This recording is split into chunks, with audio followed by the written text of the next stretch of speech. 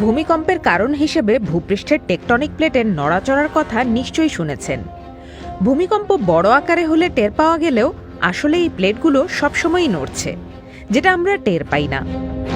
পৃথিবীর ভেতরটা কিন্তু গরম লাভার মতো, যেটার চাপে এরকম নড়াচড়া হয়। প্রায় 23 কোটি থেকে 28 কোটি বছর আগের কথা। পৃথিবীর ভূখণ্ডটা তখন এমন ছিল বলে ধারণা করা হয়। একক এই মহাদেশের নাম প্যানজিয়া। এখানে বর্তমান ভারতের অবস্থান ছিল আফ্রিকা, অ্যান্টার্কটিকা আর অস্ট্রেলিয়া দিয়ে ঘেরা। আলফ্রেড ওয়েগনারের তত্ত্ব অনুযায়ী প্যানজিয়া থেকেই ধীরে ধীরে মহাদেশগুলো আলাদা হয়ে যায়। এই এক মহাদেশের পেছনে কয়েকটা প্রমাণ দেখা যায়। এক হচ্ছে পৃথিবীর আলাদা হয়ে যাওয়া খণ্ডগুলোকে অনেকটা পাজলের মতো মিলিয়ে ফেলা যায়, বিশেষত আফ্রিকার পশ্চিম ও দক্ষিণ আমেরিকার পূর্ব দিকটা। দুই দিকে একই ধরনের শিলা বা পাথরও পাওয়া যায়।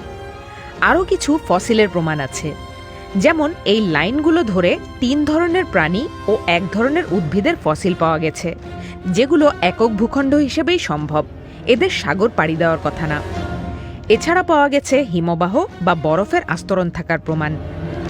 আফ্রিকা, দক্ষিণ আমেরিকা, ভারত ও অ্যান্টার্কটিকায় বরফের অস্তিত্ব আর পাথরের ঘর্ষণের ধরন নির্দেশ করে যে এক জায়গা থেকেই বিচ্ছিন্ন হয়ে মহাদেশগুলো এখনকার অবস্থানে এসেছে।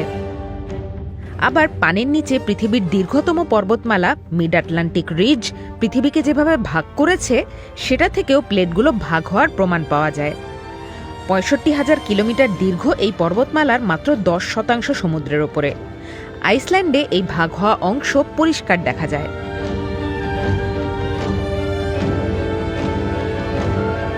এই ভাগ হয়ে যাওয়া টুকরোগুলোর মধ্যে ভারতই সবচেয়ে বেশি দূরত্ব পার করে এখনকার অবস্থানে এসেছে, আর সেই সজোরের ধাক্কা থেকেই গঠন হয় হিমালয় পর্বতমালা। প্যানজিয়ার মতো এক মহাদেশ গঠন হয়েছিল নানা পরিবর্তনে বিচ্ছিন্ন অংশ এক হয়ে। আঙুলের নখের মতো বা এর চেয়েও ধীর গতিতে সবসময়ই পরিবর্তন হচ্ছে পৃথিবীর। তাই বিজ্ঞানীরা ধারণা করেন আরও 25 কোটি বছর পর আবারও পৃথিবীর মাটি এমন একক মহাদেশে রূপ নিতে পারে।